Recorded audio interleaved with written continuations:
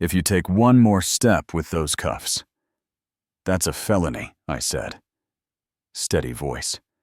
Steady hands. And the metal clicked together like a dare, while the whole block forgot how to breathe for a second. I wasn't looking for a fight that Saturday morning.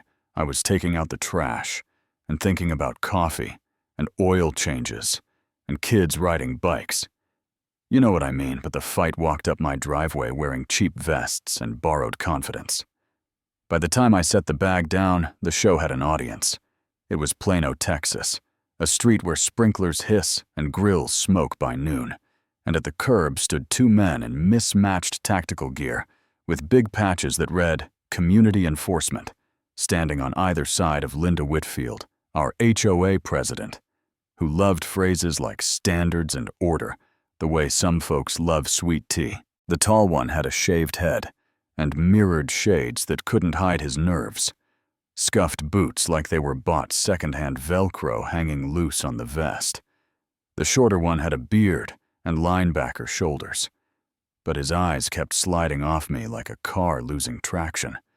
And Linda was holding herself like a mayor in a parade that only she asked for. "Mr. Carter." "We need to talk," she said, and the tall guy stepped forward like he'd just been promoted. "You're in violation, and we're here to detain you until police arrive."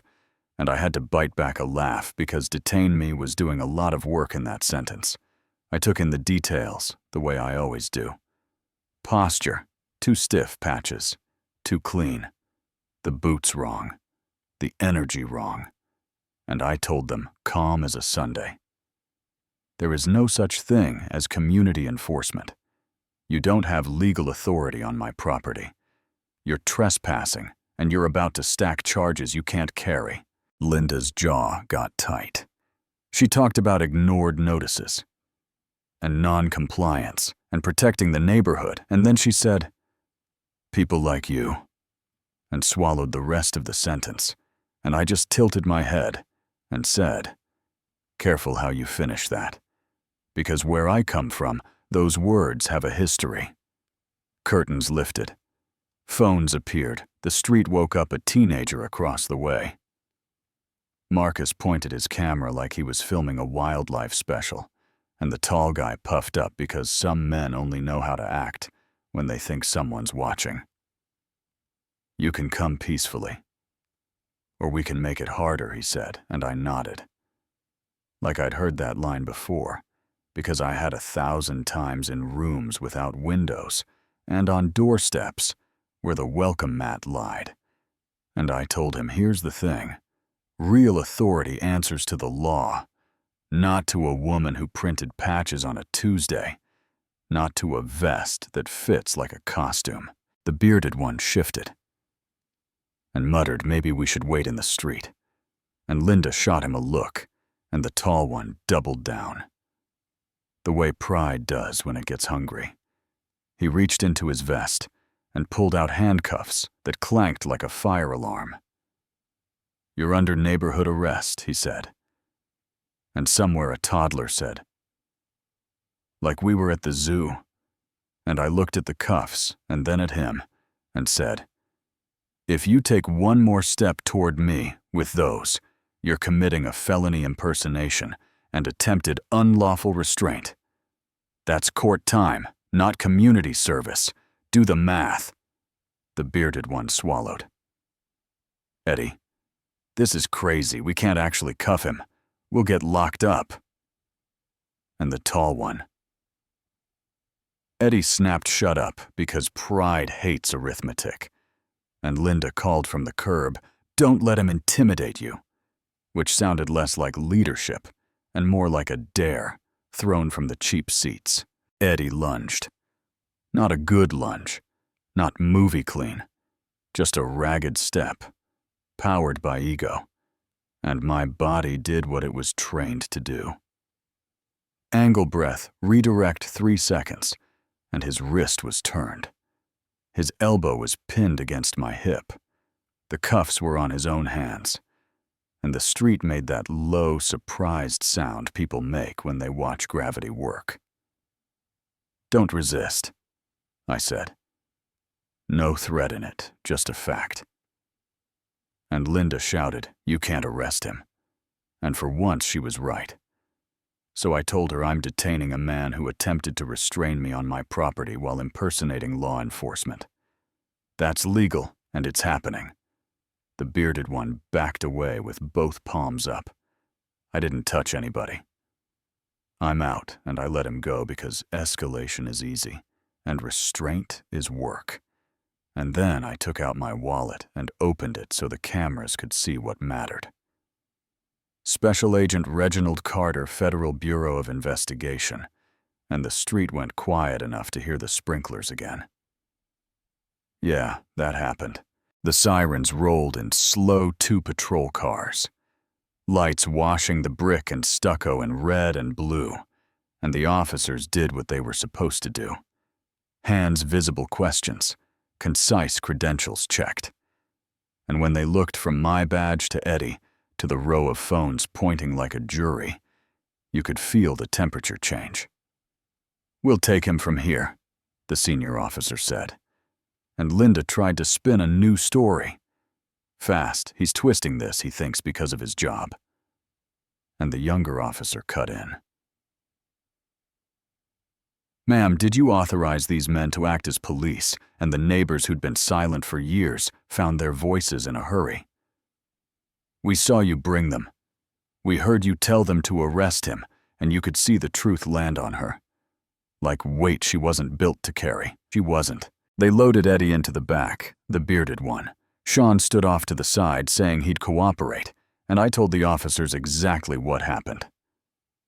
Without adding calories, the charges were obvious. Impersonation, attempted, unlawful restraint, trespass, conspiracy if the DA was in the mood. Linda, red-faced and shaking, tried one last time to throw the old line across the street. "People like you don't belong here." And I didn't give her anger. I gave her something heavier. Disappointment. You just told everyone who you are, and every phone has it on video. The cruisers pulled away. The block exhaled. The neighborhood turned back into a neighborhood, but you could tell nothing was exactly the same. By Sunday, the clip was everywhere. It could be family group chats, neighborhood apps, a local station crawling a headline about an HOA confrontation that went sideways, and the board announced an emergency meeting with language that meant what everyone already knew: Linda was finished. Edie's mugshot bounced around the blogs with a highlight reel of small, bad decisions. Sean told police how Linda gassed them up with talk of community safety and compliance, and strong men who could keep the street in line. My name showed up in his statements more than once, and neighbors started connecting dots. They'd been pretending not to see how rules become weapons when the wrong hands hold them. Midweek, we met at the park, folding chairs in a half circle, kids chasing each other around the trees, while parents tried to pretend they weren't watching me watch them. And when the interim president asked me to speak, I kept it plain. "What you saw last week was costume versus accountability," I said. And yeah, it could have gone bad fast, because fear loves an audience, and so do bullies. But you spoke up, and that matters. And if you want order that lasts longer than a threat, you build trust slowly with conversations you don't want to have, and decisions you're willing to explain. And if you're tempted to reach for the shortcut because it feels strong, ask who pays for it, because the invoice always lands on somebody's doorstep. Mrs. Henderson raised a hand. "What do we do next time?" And I told her, "You stand together, and you say it out loud sooner. You tell the costume to take a seat, and you make the truth bigger than the noise," and the crowd nodded. The way people nod when the words fit the bruise they've been hiding. I passed on the national interviews. I'm not a symbol, and I'm not a headline. I'm a neighbor who knew what to do in a 3-second window, and I care more about how a block treats its kids than how a clip plays on morning TV. The board voted Linda's chair sat empty, a reminder that titles don't make you right, and patches don't make you lawful. And the new president promised transparency and collaboration. And maybe he'll keep that promise. Maybe he won't. But at least now folks know what questions to ask. A week later, I was back on the porch with coffee. The street breathed easy again.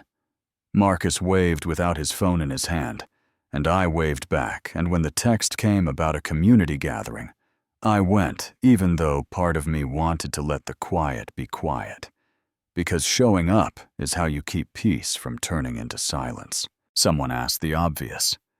What if you hadn't been FBI? What if you were just a man with a driveway? And I said, I hope you would have stood with me anyway.